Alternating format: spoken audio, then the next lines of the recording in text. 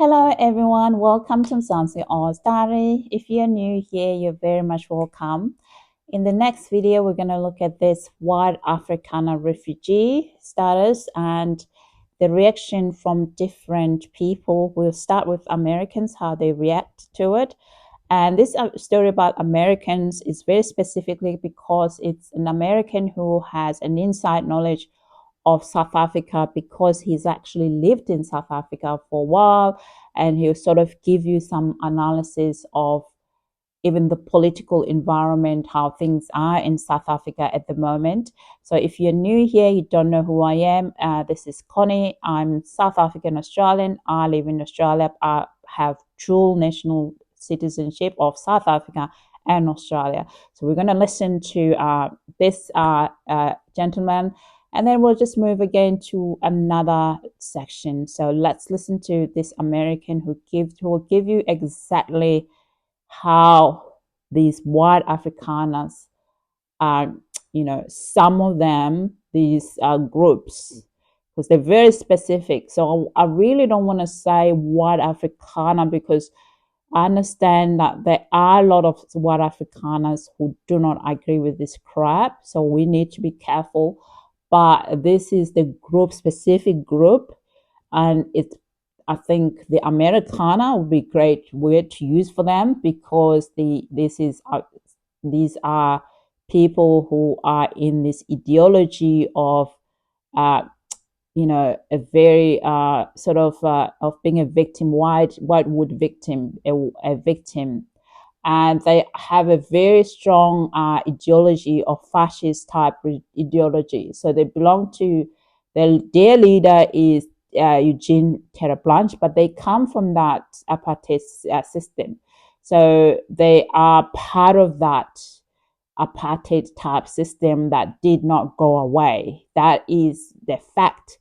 South Africa's apartheid system is still ingrained. It hasn't gone away.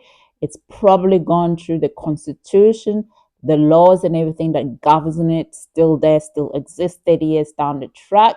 And let's listen to this gentleman who is going to give us some analysis of his understanding of South Africa. I have chosen his video because it sort of summarizes what I know South Africa, what I know very much about white Afrikaner, and the stuff they get to do. Of course, some of them, not all of them. Okay, let's listen. So, starting yesterday, the U.S. is receiving its first batch of white South African nationals that have been extended the privilege of coming to the United States as refugees from South Africa. This first batch is 8,000 of these people. So the American people didn't want this, don't want this.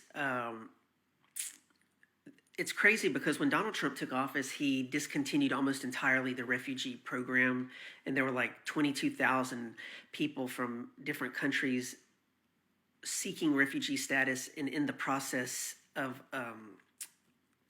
receiving denial or approval for the refugee status to reside in the United States due to issues in their country, which are always based and caused by, no matter what they are, the destabilization that the United States and the West has caused at some point, some way. Donald Trump discontinued this program almost entirely and threw all of these 20-something thousand people back to their countries. You come to the United States as a refugee because you're fleeing political persecution or ethnic persecution, political blah, blah, blah, forms of persecution. These Afrikaners are not being racially discriminated against, but I will tell you something, and I hope this is not taken the wrong way. I worked in South Africa in 2017 and 2018 for their National Assembly, and I was able to meet some of these characters because they have a party in the parliament there called the Vryheid something first party. It's a minority party, and their party fundamentals are based on the party is based on two fundamentals, okay? These are very racist people. The most racist shit I have ever heard in my life come out of these people's mouths. And the fundamentals of their party, their politics, is the staunch opposition to affirmative action and the staunch opposition to Black economic empowerment. These people are descendants of the colonialists from the Netherlands. They came into South Africa in 1948 and before that, really, and stole all of the land. So they make up like 13% of the population in South Africa, and they own like 95% of the land. Like literally, one person will have 20 or 25,000 acres that they and their lineage stole. And they are colonialist minded to this day. They are slave mentality, like slave owning mentality. They are, they exist in South Africa, and Black people are not allowed where they live unless they have a permit for work, like a housemaid or something. And they're the cause for South Africa being one of the most unequal countries in the world, according to the World Bank, to this day. And while apartheid ended in 1990, you wouldn't know it going to South Africa by the way that the Black people, the Black South Africans, are treated versus these jackasses. And that is what they are. They are fucking ignorant, evil people. I mean, they call themselves Boers and shit like that. I'm telling you, the stuff that they say, and it's like every single one of them that I met that are... almost 200 of them in this party. I didn't work for this party. This party is just in the assembly. All are like that. Like they are like in their regular conversation are like, Black people don't have no intelligence. And this is the shit they say all the time, right? And it's why there's racial divide in South Africa like it is, because this minority still has a grip.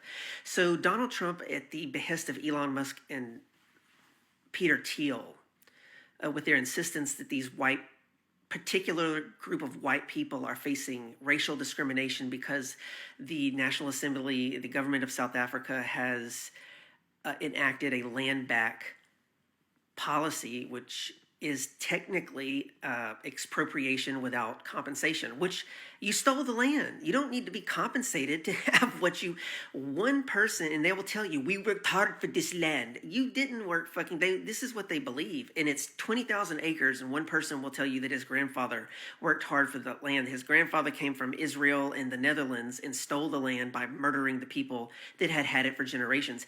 And these people that are coming to the United States, I do not like them.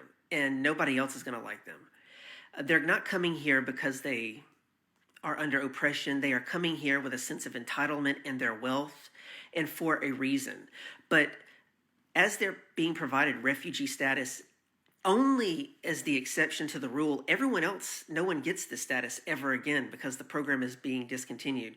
For 12 months at least, they have housing completely paid for. They have all of their food, all of their clothing, all of their amenities, cell phones, and travel vouchers. In some cases, even they will be provided vehicles. Guess who pays for all of that when it comes down to the bottom sifting? U.S. taxpayer funds are who get those funds are derived from U.S. taxpayer funds. When everybody was yapping about the people that like Florida and Texas was flying to New York, the migrants last year and the year before that, and they were saying they're getting vouchers and they're getting free food and subsidies, and they weren't. Well, these 8,000 plus are going to get all of that for at least a year. And then after a year, they'll be able to change their status to permanent legal resident. And now half of the Afrikaners have an issue with coming to the United States as a refugee. But the ones that understand the agenda are the ones that are coming. And they're coming with entitlement, and they're coming with wealth. And it's going to cause racial division. I'm just being straight up with you. These Donald Trump, Elon Musk, and Peter Thiel do not have any fucking good, genuine interest in the well-being of anyone, much less South African white people. And I'm just telling you that Zionism is all in it. Zionism and Nazism were in South Africa at the end of apartheid in 1990, deeper than what Nazism was at the height of Nazi Germany in the 30s and 40s. And we can't forget that in 1994, 4 years after apartheid ended, in the year that the first democratic election took place, conservatives in the U.S. Congress were wearing ribbons that said "Hang Mandela." And so this is the mentality of people that are coming here. And they have existed and maintained their apartheid mentality, and all that truth and reconciliation was just like denazification. It was all a sham and a show. And so these people are coming here, and they're going to get U.S. taxpayer funded privilege for a year. Meanwhile, we're deporting U.S. citizens. We are at the threshold of suspending fucking the writ of habeas corpus. Due process is something that is scoffed at. There are more homeless people now than ever before, including children who are without house, without food, without electricity, without running water. But these privileged white racist MFers are coming here under the guise of a refugee so that everything is funded, but for a different agenda than what is being let on to the American people. And largely, the American people don't even know anything about this happening. But the administration is so about it that they're going to Dulles Airport with a welcoming ceremony with a flock of government officials. So this is, and the Jews are all in South Africa with the Afrikaners, training them to be snipers in an anticipation for this conflict over this land back measure that they do believe will escalate into a conflict at some point in the future.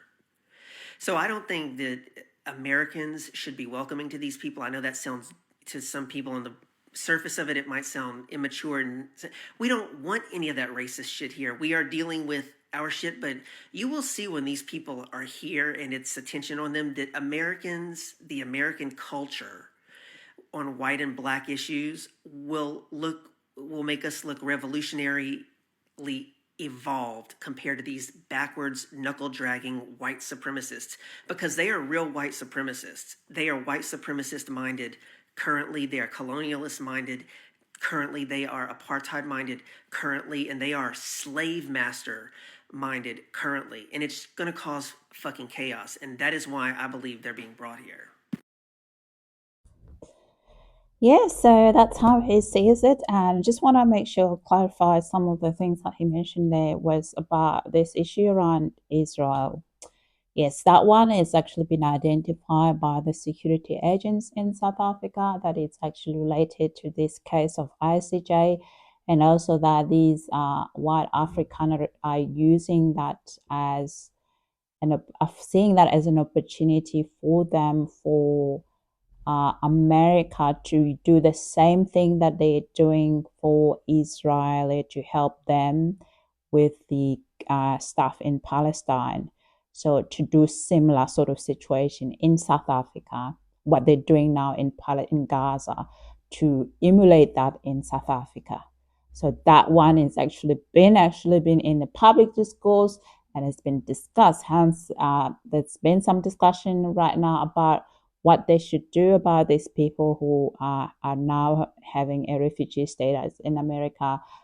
Should they be stripped of their South African citizenship? Should they be listed as a terrorist organization? Should they be under the terror group or terror watch in some sort of monitoring system? And so on. That is on the public discourse of, as we know, as of today. So, yep, today is the 15th of May 2025. So, we're now going to follow on with the next video. The next video is a South African who grew up during the apartheid system, will explain the very same ideologies that these people are now talking about right now, saying they're victim, and that they were also teaching them during the apartheid to prepare them to hate Black South African, to see Black South African as inhuman. And so he's going to provide you with all lot of his experiences as a white man being born and raised in apartheid South Africa, and how he actually sort of escape that ideology, how he sort of reflected and see that this is actually a big problem for the white community in South Africa. But, let's hear it from the horse's mouth. So I grew up in apartheid South Africa as an English-speaking white boy. I only became politically conscious when I was already 18 years of age, because prior to that, I had been subjected to and sucked in this incredible propaganda of victimization of the white people, where every piece of news, every message we were getting, every joke, the butt of every joke was the stupidity of the black man, the inability of the black man to look after himself, never mind the country, to be ignorant, uneducated, break everything he touched. The messaging was that all violence was black violence, that all crime was black crime, that you had to fear black people. And a huge amount of that fear was that if we let them into the political process, into the governance of the country, that they would do to us exactly what we had done to them for decades, which would be to turn around and oppress us, to murder us, to take our stuff, to move into our houses. It was a very popular story that the ANC, prior to the 94 election, when it was still an illegal organization and Nelson Mandela was still in jail, and the armed wing was exiled to Zambia and Mozambique, MzansiOz, was that they promised all of our domestic servants that those servants would be given the house they worked in when the ANC ruled. And these stories were told amongst the whites to bolster our resolve never to let these black people run our country. And it was only when I became conscious of that from 18 onwards that I realized not only was this a terrible lie that was actually oppressing us as well as the people that we as a white nation, white minority, were oppressing, but that actually what happened subsequently from 1994 onwards was far more of a reflection of the nature of black South Africans than any fears we as white South Africans had been fed and believed, right? And I see direct parallels with what's happening in Palestine and Israel. We've been fed this bullshit of Israel as victim, of the Zionist government as defending, this idea that the entire Arab world wanted to wipe them off the map, when in fact, prior to the Nakba, prior to Palestine being given to Israel by the colonial powers, primarily Britain, many Jews lived very happily and harmoniously alongside Muslims and Christians within that region. They weren't oppressed there. They became the oppressor through the Zionist ambition of a few Israelis. White government for many, many years in South Africa needed the violence of MzansiOz. They needed the odd bomb to go off. They needed terror attacks because it justified the further repression. And I've told stories about when I was in the South African Defence Force in 1987-88, 88-89. The things that were done by the intelligence service to undermine the ANC and other liberation struggles, and to pit black against black, to distract black people from action against the oppressive minority and the history of oppression. And it's time to step aside from what we've been told and look at the truth, look at the reality, look at the history, educate ourselves, and make a moral judgment based on our real values as a human. So yeah, as you've heard, so all of these videos are based on people with the lived experiences of South Africa. One is an American who worked in South Africa, and another one is for South African who was born and raised and grew up during apartheid system as a white male, about what they were taught and how those teaching of these people have sort of haven't gone from one generation to another. This group, they call them Christian. That Eugene Terrebranche was actually saying this stuff when he was talking about in church, where there's young kids in this Christian type Afrikaner dom are taught this stuff. Okay, are taught to be fascist, are taught to be mean to other people, are taught this ideology from that young age. So there are very specific group of people. Of course, these we're talking of white Afrikaner in an Afrikaner community of South Africa, which that one in itself is very diverse. So as you've heard from the last video, not everyone agree with this ideology. There's not anyone has the same view, but the average, on average, yes, it's likely, it's more likely all of them to have similar views. Of course, some of them don't have those views. So that's, I could summarize as, yes, spot on. Pretty much spot on this one. Okay, the next video will be a fun one. It'll be about the parody. You know, as always, South Africans still like to make things up, to joke about stuff. And there's a huge parody going on online about the tech. Yes, the tech is, and I'll explain what the tech is. And thank you guys. If you're new here, please consider subscribing. Until next time, see ya.